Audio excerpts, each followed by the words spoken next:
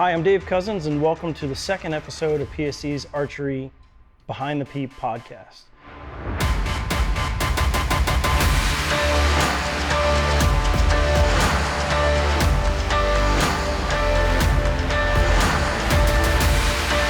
Looking, and I see blood just pouring out of him. He takes off after the doe, and I'm like, His will to breed was stronger than his will to bleed. Today I'm joined by a personal friend of mine, fellow USA Archery teammate, who's also been a PSC sales representative for nearly a decade now. Before that, he's had experience on the retail side of archery and also been a lifelong bow hunter and pursuer of the outdoors. I'd like to introduce you to Dan Jasa. Hey Dan, welcome to the podcast. hey Dave, thanks for having me here.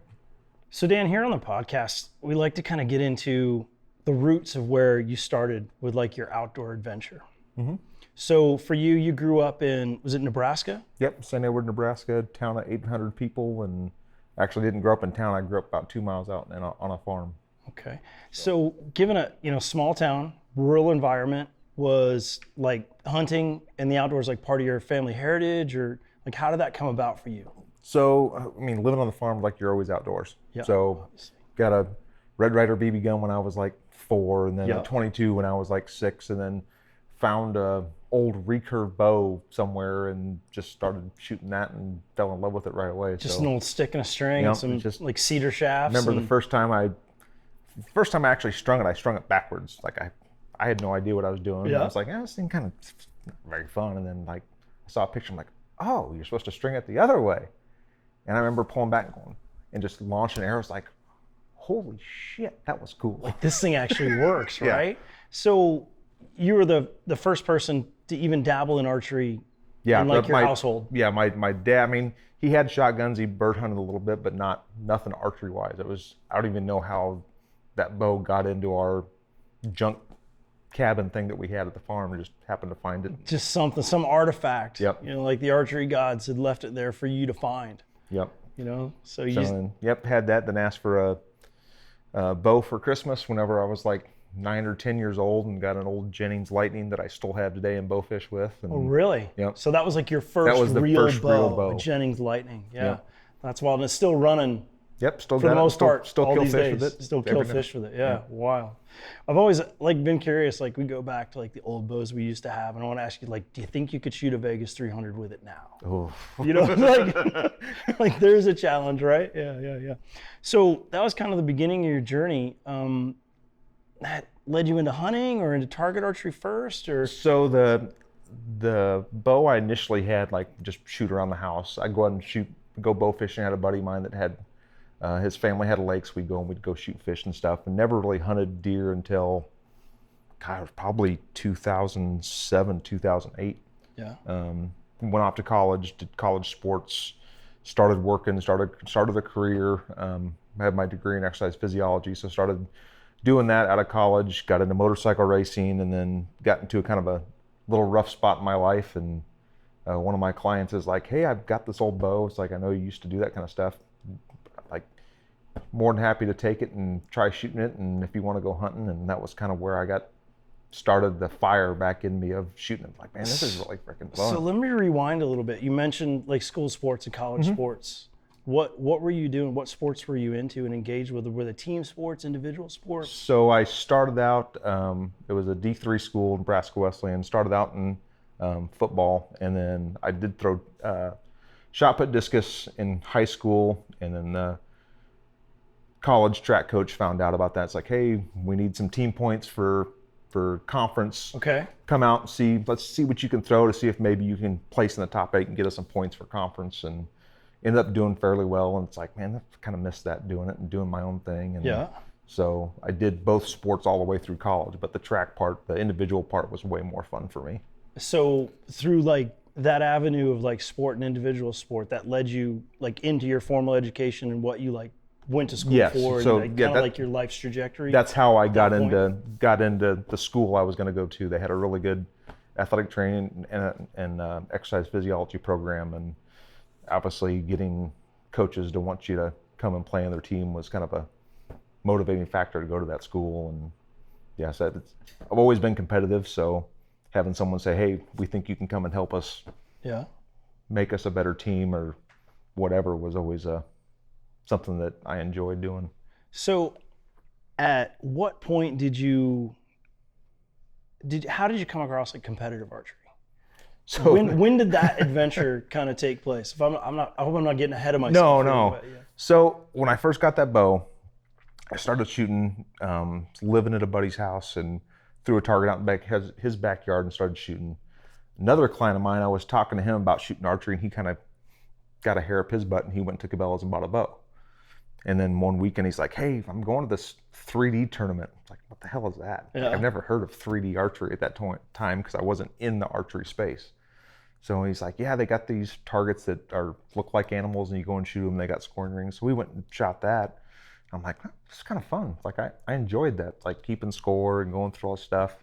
Well, then you come to find out St. Louis has like all kinds of target archery. Like Ann and Earl Hoyt were there. I mean, they've got Hoyt. They've got Hoyt days at St. Louis I think it's like in April or May. Yeah. A big tournament, big 900 tournament. So like target archery's got a very rich, Rich embedded in roots in St. Louis. So Yeah. they do St. Louis Forest Park. It's a big park in downtown St. Louis. They've got an archery tournament there every Sunday. They've got 2 or 3 field courses in St. Louis city limits. I mean, it's started doing that. It's like, man, this is pretty fun. Like I enjoy doing this. Yeah. And that was purely just like recreationally on the hobby side. Yeah, like just by chance meeting people and going and doing the stuff. And at that time, still on that journey to, like fulfill your education and work in. No, I was out of school. I was in St. Louis working at that time. So, and then working like in that sports medicine field. Yep, in the exercise physiology field. I was actually doing post-physical therapy, personal training for people. So, and then dude asked me to go to an indoor tournament. It's like 5 spot, never seen the face before. I shoot like a 290 something. I'm like, I can shoot a 300. Like this is like, I should be able to hit that thing every single time. Yeah. Well, then you shoot 300. It's like, I should be able to shoot 60 X's. I mean, that's that big. You should be able to hit that. And that's like, it just became an obsession at that time. It's like, I should be able to shoot perfect every single freaking time that I pull. So like kind of like looking back, you shot that first 300 round 5 spot round. Did you shoot a 5 spot or a single spot? 5 spot. You shot a 5 spot your first time out. Yep.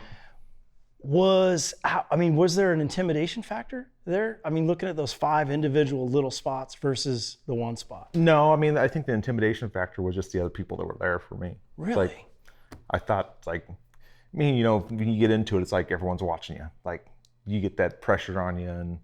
But that's something you'd had experience with through like school sports and college sports and stuff like that. Yeah. So. But then like you get to know, like you go to a range the first time and you got guys that are there all the time. It's like you pick out, it's like, okay, that guy's really good. Like you can tell the people just by the way they carry themselves. Yeah, you can see the swagger. That guy's pretty good. I mean, Bob Sieg, I'm sure you remember him.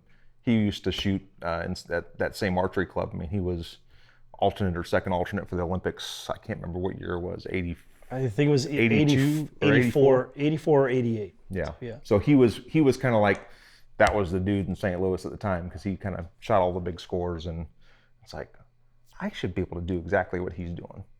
And like chasing him is what drove me to like. So when you were doing that, like what equipment setup were you shooting? I mean, because we think about pro archery now. Yeah. And we think about, you got scope, stabilizer, sight, lens, you got release, you got everything. So the first 300 I shot, I think it was with a, I think it was like what was before the Alpha Max? Ultra Elite? Like an Ultra Elite, yeah. But not the shoot through, the Ultra Tech. Ultra Tech. So like an early 2000s model machine drive. So that with a regular pin hunting sight, and like a 12-inch stabilizer. The short bar. Yeah. Like nothing handheld fancy. Strap release or? I think at that time I was probably shooting a strap release. Yeah. Not too far off from what would have been a hunting setup considered then.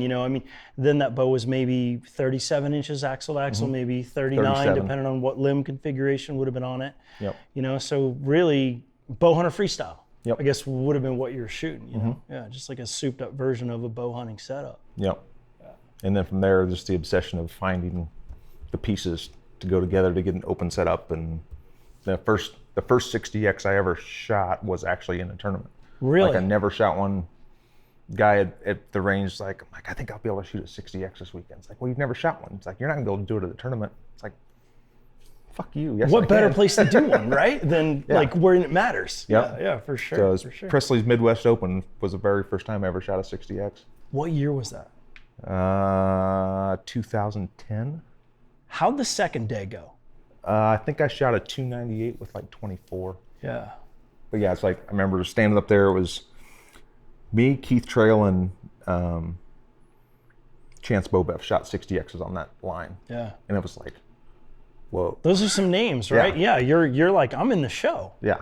So it was like standing up there taking a pic, like we're all standing with the three of us in the Presley. Proverbial target photo, yeah.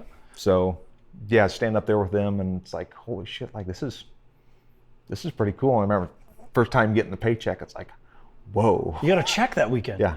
No kidding. I think I got like 7th or 8th and got like $300. 7th or 8th in your first like regional semi-national Yeah, like one tournament of with my a money division. One of my first tournaments as a pro, because I think I turned pro that year before. Like got your pro card, NFA pro card. Yep. So, yeah. So let's bring that back now. We talked about your target archery experience. When along that journey did bow hunting for like big game, for whitetails and stuff, kind of enter? So that first year when that guy, Jim Blair, he was actually the commissioner of the conservation department, was one of my personal training clients. Yeah. So he got me into it, and he got me the bow, and he's like, let me take you hunting.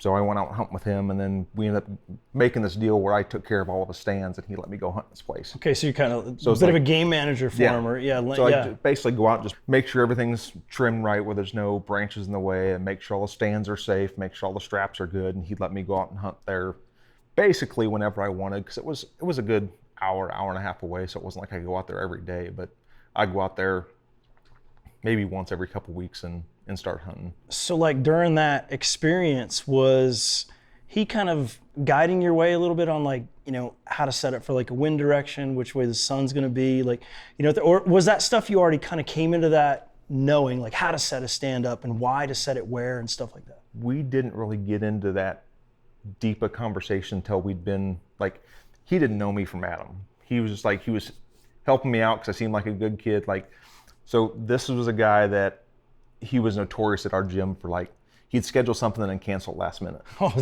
So like nobody wanted to take this guy. My boss like, hey, I got this guy. You might get along with him, you might not. He's kind of a notorious canceller.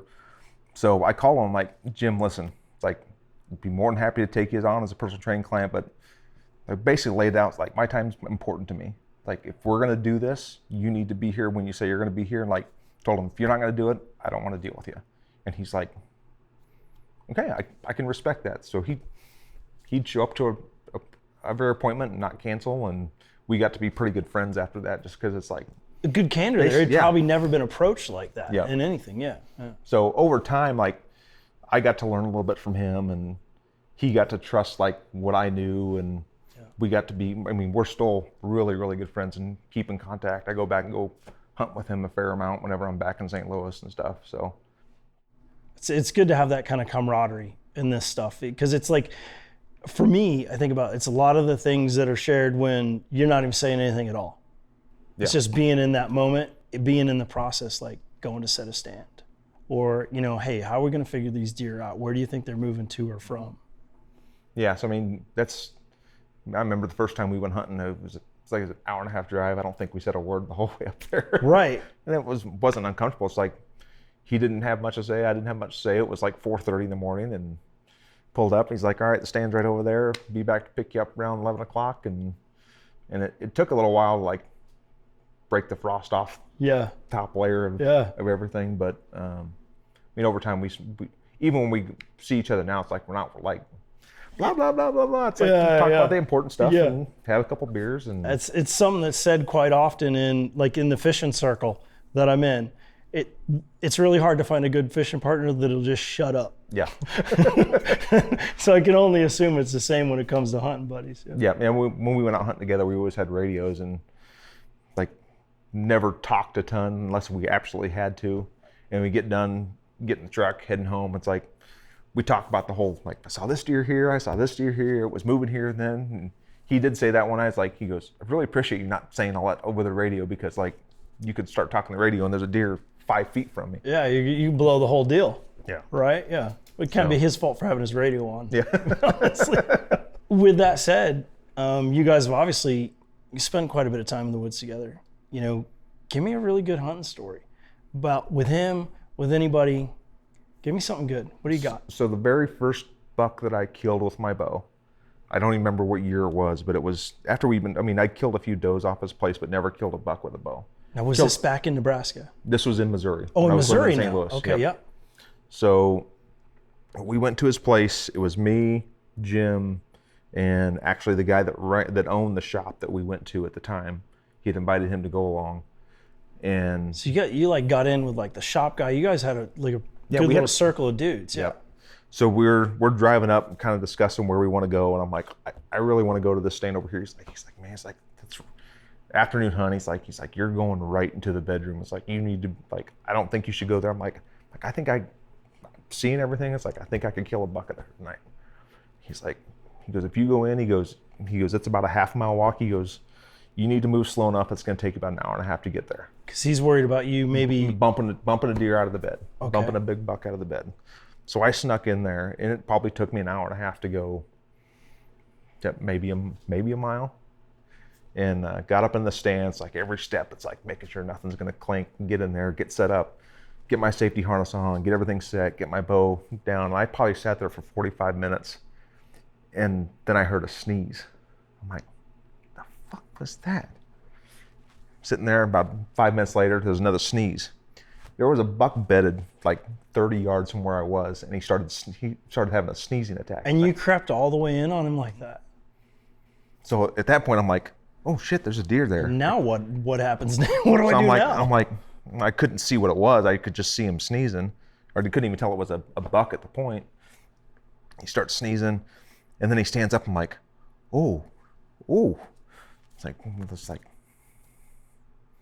reaching up as slow as I can to grab the bow, get it down, like trying to get turned to get set.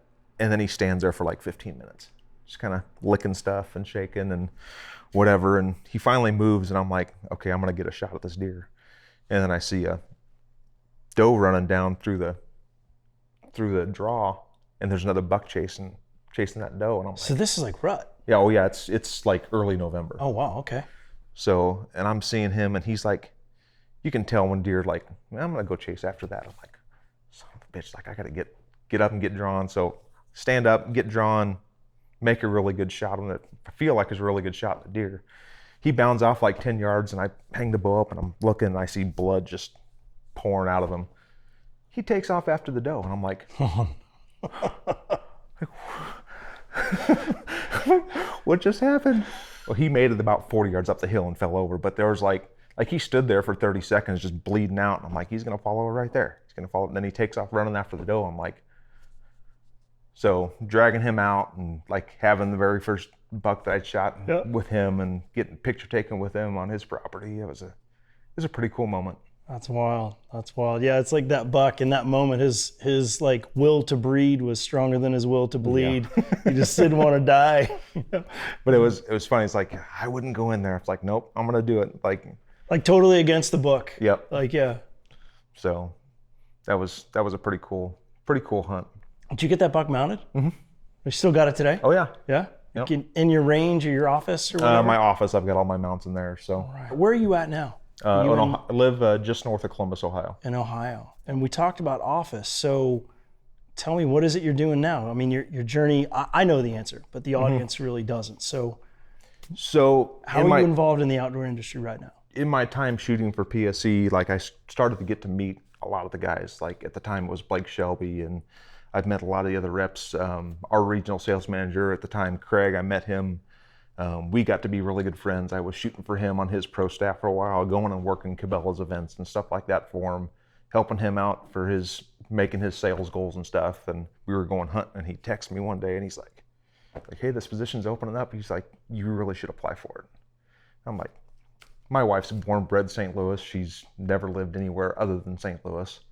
So I texted her and said, hey, what do you think about moving? I think at the time it was Indiana. I'm like, hey, what do you think about moving to Indiana?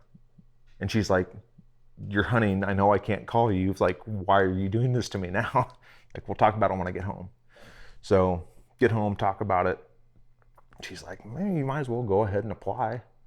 Like, it's probably not going to be anything quick. It'll probably take a while, but yeah, go ahead and fill out your application, send it in.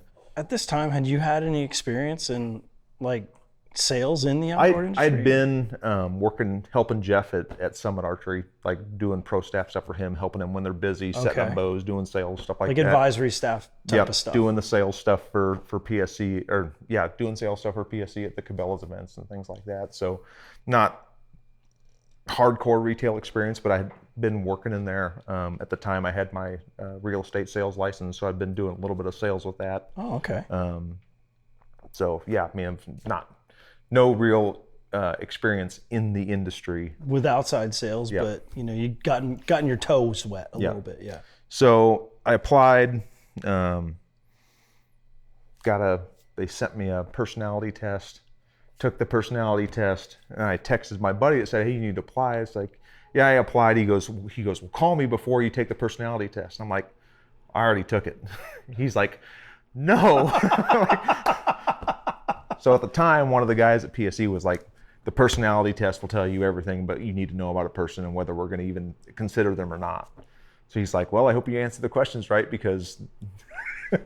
How many questions were on this personality test? That's probably 20. Just 20 questions. Yep. That's all you need to know. Yep. Huh. So I got a call, like, once I sent in the personality test, I got a call probably within an hour or two from Blake Shelby saying, hey, we'd really like to talk to you and see if this is going to be a fit. And inside of 24 hours, I had the job. You're a regional sales rep for PSE. Yep. And it's like, now we got to sell the house. Now we got to move. I was like, I mean, it's like life had kind of just it's settled somewhat, getting, you know, things are fairly stable, getting locked in, and now upheaval. Yep. We're starting all over. Yep. So put the house in the market. It was an awful time. Bought the house in 2008. So right before everything crashed. Had to sell the house, lost. Don't even want to think about it. Yeah, market was in a downturn. I don't even want to think about the size of the check. It was a great time to be a buyer. But, yeah. The size of the check I had to write to get out of the house it makes me want to throw up. Well, I mean, you're going to be a sales rep now. You're going to make all that back, just like that. Yeah, easy peasy. Yeah, piece of cake. Yeah, commission sales job. Like, you know where it's going to go. So, yeah, pulled up roots. We rented the apartment sight unseen in Columbus because, like, we really didn't have time. Like, I think I started at PSE the Monday after Thanksgiving. Flew out to Tucson.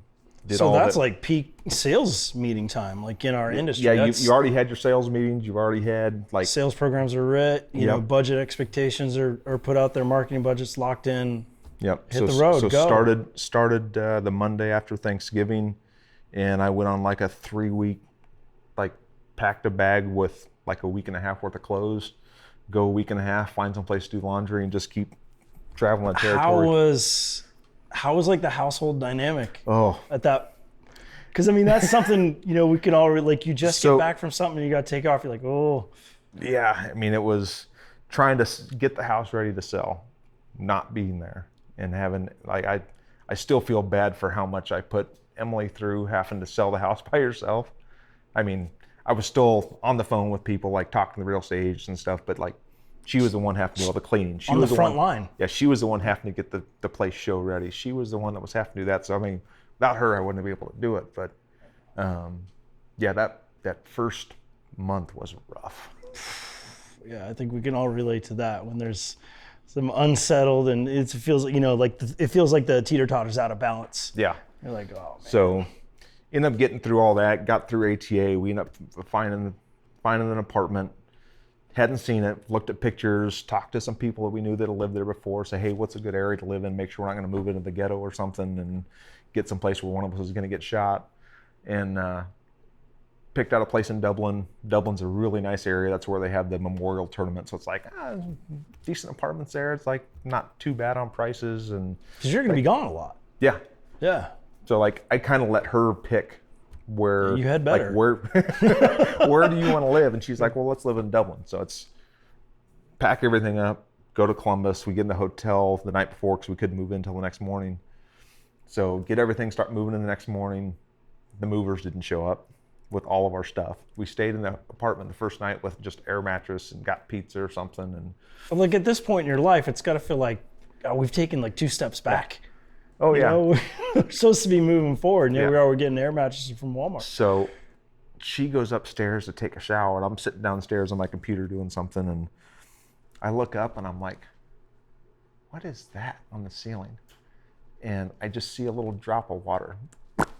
Oh God. I'm like, and this bubble just starts getting bigger Oh, and no.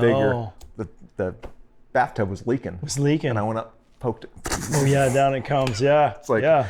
oh God. So when I'm like, stop taking it, stop.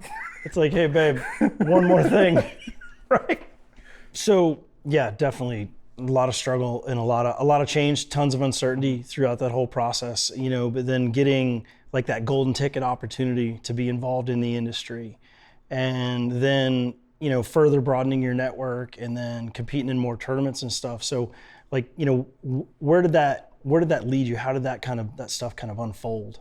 Well, I mean, getting a job in the industry, everyone thinks it's all woohoo, get to go work, Gonna go play with archery all day, get to play right? bows and arrows every day, but I mean, it's still a business. I mean, you're still working, so practice time went down to almost nothing when it first started because you get to spend your whole time working, Yeah. making your connections, getting dealer relationships built to get And I think everything it's what a done. lot of people don't understand. They look at these jobs in the outdoor industry and like- think it's all fun and games. It's a passion for a lot of people. They do in their spare time, and it's like, yes, it was a passion of mine, but like, this is my, call it 9 to 5, but it's more like 6:30 to whenever everybody goes to sleep. Yeah, 6:30 to 11. Yeah. So, yeah, I mean, it was trying to get all that built to get to the point where I could be like, okay, I can take my passion time and go and practice and do things that I need to do to still try to maintain myself as a competitive professional archer. Right. So like in that downtime that you had, I know you made a couple world field teams, competed for Team USA, Yep. a couple different world championships. Tell us a little bit about that experience. Yeah, so the very first time I tried to learn the world field game, called you, basically said, I've done this for a long time, I learned it myself. Yeah, good luck. It kind of blew you off, yeah. So I hired a coach to kind of help me learn that, MJ Rogers over in Illinois. Okay. He didn't like give me here's what you do. Like, here's the way you figure out how you do it. Like he gave me a good path on how to figure it out, and it took me a little while to figure it out. And I'm still learning every time I play that game. I learned something on, I could do this different, I could do this different. And I don't know if that's the same with you as you go out and you do that now. It's like, I could learn this. It's like, no, fuck, that's awful. This is a whole lot. I know exactly what this is. But I mean, that's still a game that teaches me something every time I go and play it. So your first US team, what year was that? That was Italy, so it would have been 8 years ago. Was it 2018? 2018, yep. It was 2018. Yep, because I was alternate on the 2016 team. Right, for Dublin, Ireland. Yep. Yeah. You got me by 1 point. I think yeah, I did. I managed to. Yeah, that was the year that we had match play was a component. It was match play, and it was average. I mean, it was a messed up way they did points, and you're like, It was. I remember a going new down to that last shock target, to and the you're whole like, thing. I'm you're like, I could potentially beat me off this team right now. yeah, like potentially not qualify for my first world team ever. You were Since the national. 98. You were national champion. Outshot everyone the whole weekend, and Yes, at course records. Yeah, Yeah. and I wasn't going to make the team. yeah, it came down to 1 point. Ridiculous. Yeah. But that's since been changed, so I think it's a good system now. But yeah, I mean, that was 2016 was the first time I'd ever that was probably the second world that style of tournament I'd ever been to, and one was a local one I conned someone into putting on so I could practice. And it's like you look at where that led you there, and then you kind of rewind back through your archery experiences leading up to that. It's like maybe there were aspirations at any point in time. Did you consider I had no. I'm gonna be wearing red, white, and blue one day? I had no idea. Like when I got into the target stuff, I had no idea that kind of stuff even existed. Yeah. And then just the deeper you get into it, it's like, and there's I could make a living doing this. Like I could like, you don't like someone who just gets in it doesn't understand like what's possible if you like really put your Like mind how to far it. you can take it and what's truly available to anyone if they want to apply themselves and seek that path out. Yep. So you've gone through this process and evolved from finding a bow in the barn to now you are a member of the U.S. archery team. First international competition, you know, wearing the stars and bars, the red, white, and blue on your back. Tell me about that experience. Like what kind of thoughts did that put into your mind? You know, like what did that like effect have on you? What did it mean to you? Did you look at yourself differently since now you're in that position? I mean, making the team to me was the goal. Like, to me, making a U.S. team means you're one of the best ones in the world.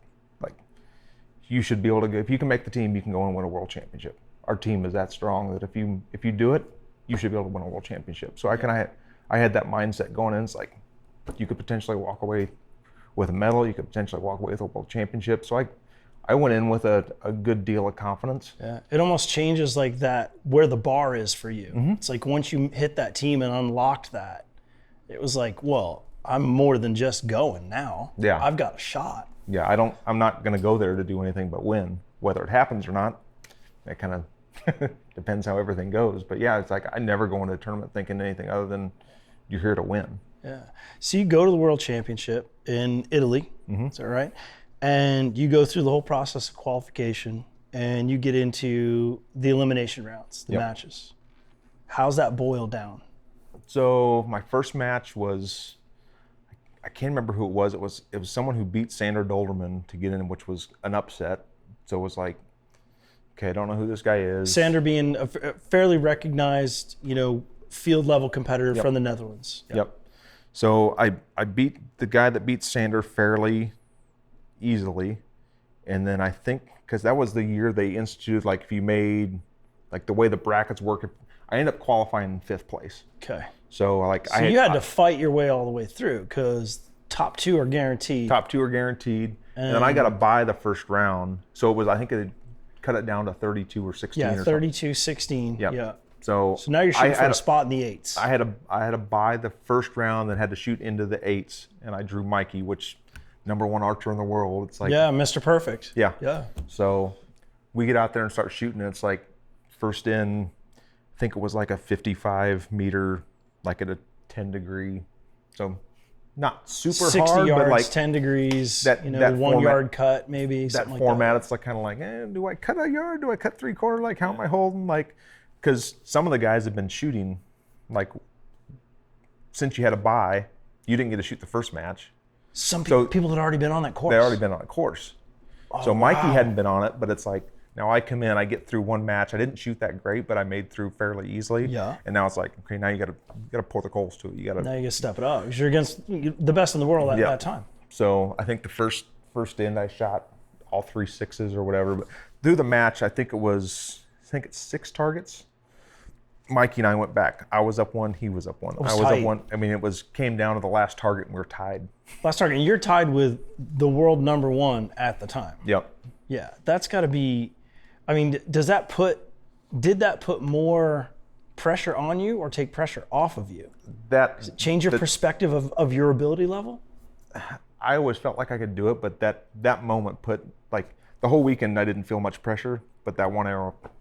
Yeah. I didn't want to say it folded me, but it put a lot of pressure on me. So, and then he shoots I in my mind, because we all know Mikey has his target panic issues at time, they put us on a 15-meter bunny for the tiebreaker. 16 yards. I'm like, shooting really? at a target where the 6 ring is roughly the size of a nickel. Yeah. And the 5 ring is roughly the size of a golf ball. Yeah. Just to put it in perspective for people watching. Yeah. So I got up and I was like, I want to say 6 to win, Mikey. And I'm like, nope, don't do it. No, don't. You're going to stick to your game, and you're not going to play a game on him. Yep. So get up there, he shoots. Was there any gamesmanship from him, or was he all business? No, he actually had whatever he ate that morning did not agree with him, and he had a little bit of an accident on the course. Define. What do you mean by an accident? He shit himself on the course. He crapped his pants. First target. Usually I wait till the last target to shit myself, but you know. Yeah, we were pulling arrows, and he's like, "Oh, like you all right?" He's like, "I think I just pooped." I didn't think At the World Championships. I didn't think anything of it, and then we got to the next target, and he's standing in front of me, and I'm like, "There's shit running down his leg." That is wild.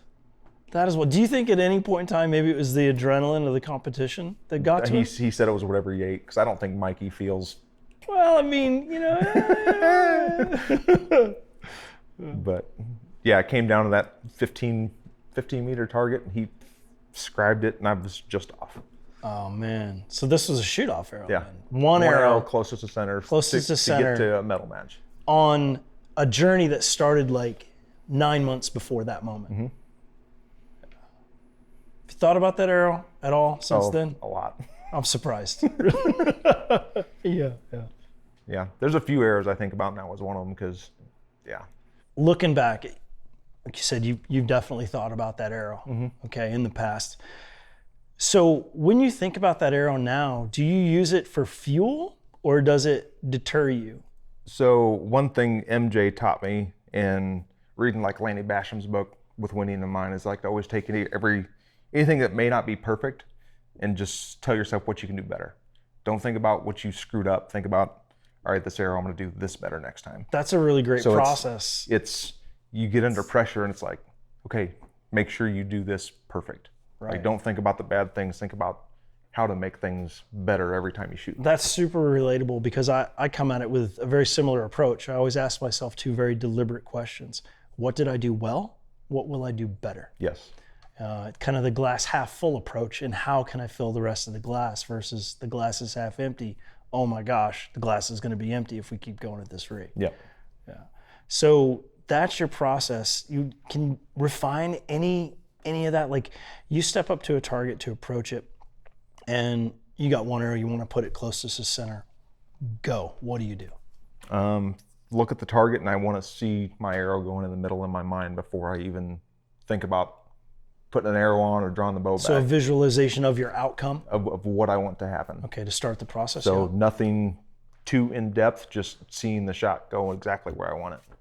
And then from there, basically just carrying out what went on in my mind, load an arrow, look at the spot, take a breath, draw it back, and then try to execute a good shot. And that would be like your pre-shot routine? Yep. Like the steps you're going to take. Yes. Things I'm going to do every time, because when I first started shooting, I struggled with like trying to be focused for the entire time, like the Vegas round, trying to be focused for 90 minutes.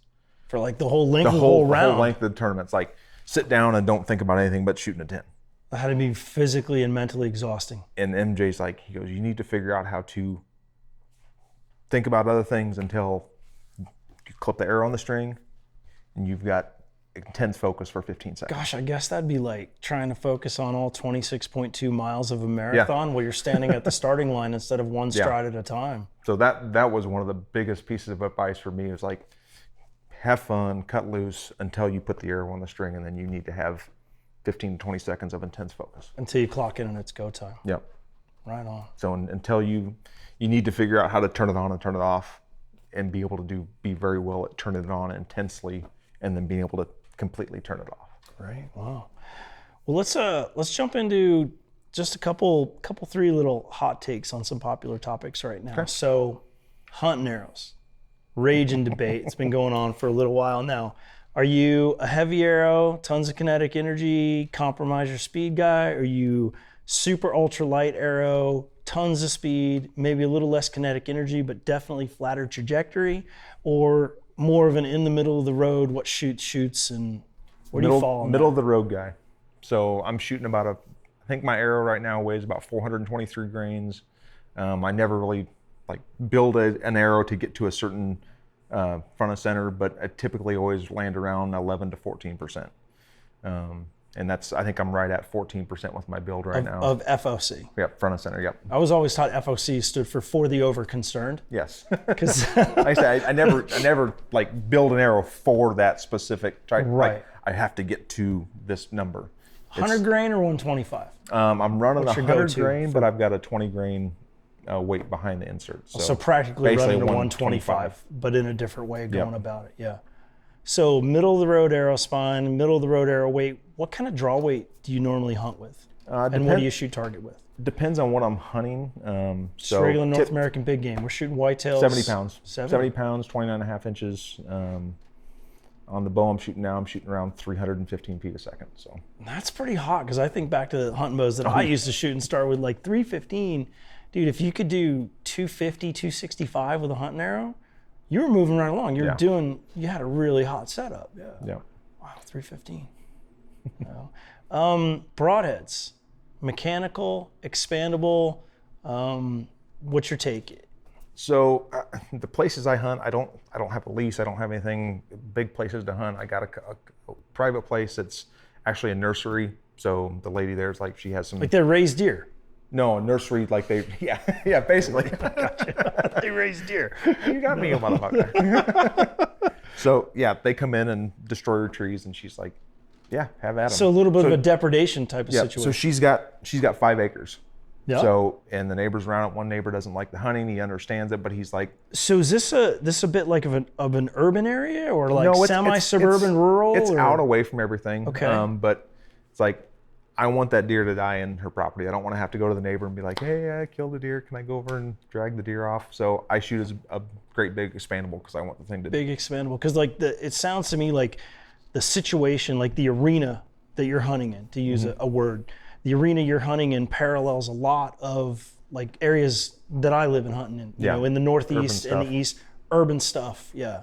So you're looking for something for. I want to get as big of a hole as I can and get them to lay down and die as quick as I can. And accuracy. Yes. As well. So that you're an expandable guy for those reasons right there. Yep. So. I've killed a few deer with fixed blade heads, just test them out and stuff, things where I'm not as concerned about. It has to die before it hits that fence. Yeah. So Dan, as we kind of draw this episode of PSE's Behind the Peep to a close, do you have any last thoughts you'd like to add to this? You know, just what like archery's meant to you, or the involvement in the people, and what your journey has kind of meant to your life?